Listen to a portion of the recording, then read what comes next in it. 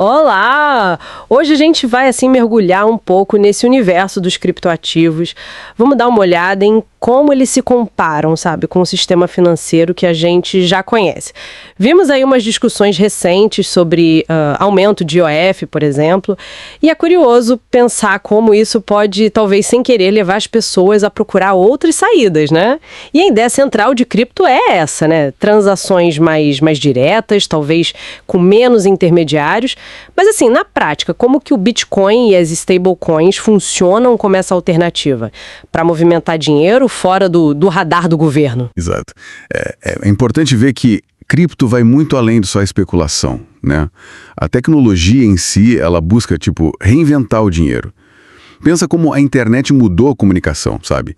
Cortando caminho, cortando custo. As stablecoins são um exemplo claro disso. Basicamente, são dólares digitais, né? E já movimentam aí uns 250 bilhões de dólares. É bastante coisa. E elas circulam pelo mundo via internet. Muita gente usa VPN ou até cartão pré-pago de cripto, escapando um pouco dos controles de câmbio, dos impostos mais tradicionais. E tem a questão da taxa, que é diferente. Em cripto você paga o custo operacional da rede. Não é um percentual em cima do valor que você manda, como no Swift dos bancos, por exemplo. Faz sentido. Essa parte da taxa é bem diferente mesmo.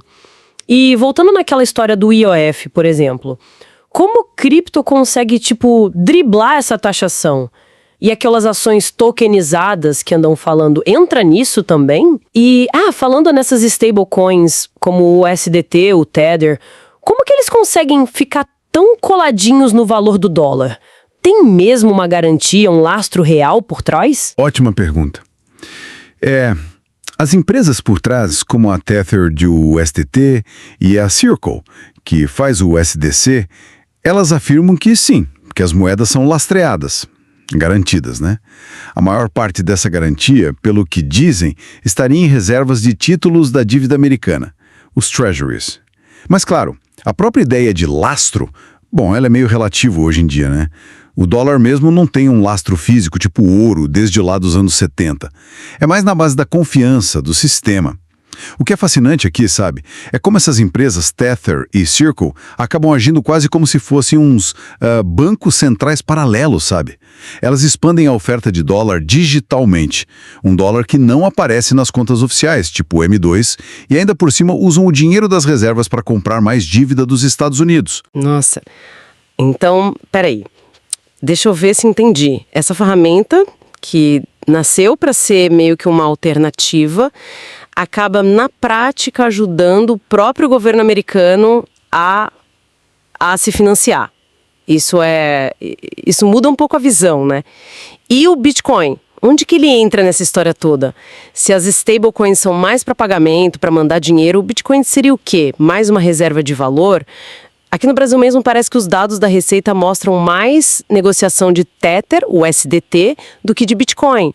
E as transações médias de Tether são bem maiores. Isso sugere que empresas usam bastante para remessa, né? Exatamente. É bem por aí. O mercado parece estar fazendo essa distinção, sim. As stablecoins viraram, a ferramenta ideal, o killer app para pagamentos, para remessas internacionais. Porque são estáveis e rápidas. Já o Bitcoin, ele está se firmando mais desse papel de reserva de valor digital. Quase um ouro digital, como você falou. E olha que interessante, o sucesso das stablecoins acaba, de certa forma, ajudando o Bitcoin. Empresas como a Tether, por exemplo, usam parte dos lucros que elas têm para recomprar Bitcoin. É um ciclo. E se a gente olha o quadro maior, a política monetária do Bitcoin é fixa, né? Tem aquele limite de 21 milhões de moedas, totalmente diferente das moedas de governo, que podem ser impressas assim, sem limite claro. Então, a longo prazo, essa escassez que é programada, que é matemática, é o que atrai muita gente. Como proteção contra a desvalorização do dinheiro comum, sabe? Entendi a lógica da escassez. Faz sentido, mas a gente não pode ignorar os riscos, né? Sempre tem. Quais seriam as fragilidades desse sistema? Falam muito de computação quântica, que poderia quebrar a segurança um dia, ou talvez, a adoção não ser tão grande assim. E essa concentração de poder, com os ETFs agora, o BlackRock entrando pesado, isso não é um perigo? Sim. Os riscos existem, com certeza. A computação quântica é uma ameaça mais para o futuro, né? Mas é algo que o pessoal da área monitora de perto. O risco da não adoção, bom, ele parece estar diminuindo, justamente por causa dessa entrada dos grandes, como a BlackRock, a Fidelity, oferecendo ETFs. Isso traz mais gente, mais legitimidade. Agora, a concentração. Esse é um ponto válido. Os ETFs hoje já devem ter uns 5%, talvez 6% de todo o Bitcoin. E embora os donos das cotas sejam os clientes finais, a influência dessas gestoras gigantes levanta questões, sim, sobre controle futuro, sobre possíveis ataques culturais, sabe? Tentar mudar a direção do projeto. A gente já viu divisões na rede antes, como no caso do Bitcoin Cash, lá em 2016, por causa de disputas assim. E claro, tem a volatilidade. Bitcoin sobe e desce muito. Mas é bom lembrar que até o ouro, que é o refúgio clássico, andou bem volátil recentemente. Talvez seja um sinal de instabilidade no mundo todo, né? Nesse cenário de incerteza macroeconômica, geopolítica, o Bitcoin aparece como uma alternativa, uma base diferente. Certo, então juntando tudo isso, o Bitcoin está se comportando mais como o quê? Ações de tecnologia, tipo Nasdaq? Ou mais como refúgio mesmo, tipo ouro? E o resto? Esse mundo enorme de altcoins, as outras criptos, é só especulação, cassino? Olha, a correlação do Bitcoin varia.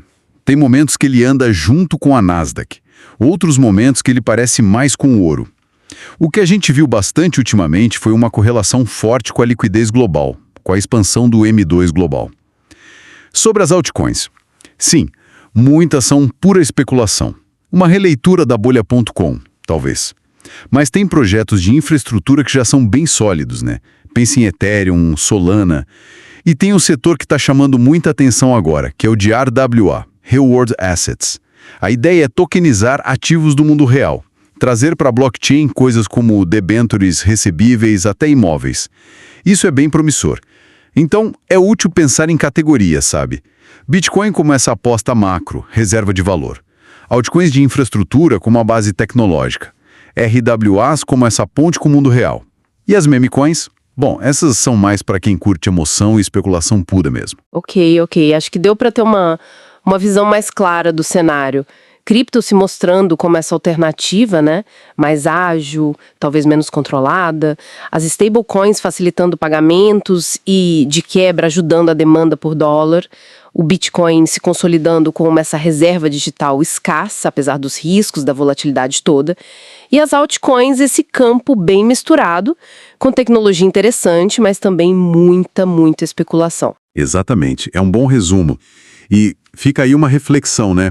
Agora que essas instituições gigantes, o sistema financeiro tradicional, estão entrando com tudo em cripto, como que aquela ideia original do Bitcoin de ser descentralizado, de resistir à censura, como que isso vai coexistir com a necessidade de controle, de regulação que esses novos players trazem? Será que a própria alma do Bitcoin, digamos assim, pode ser comprometida por ele estar sendo adotado justamente pelo sistema que ele queria desafiar? É algo para a gente ficar de olho, com certeza.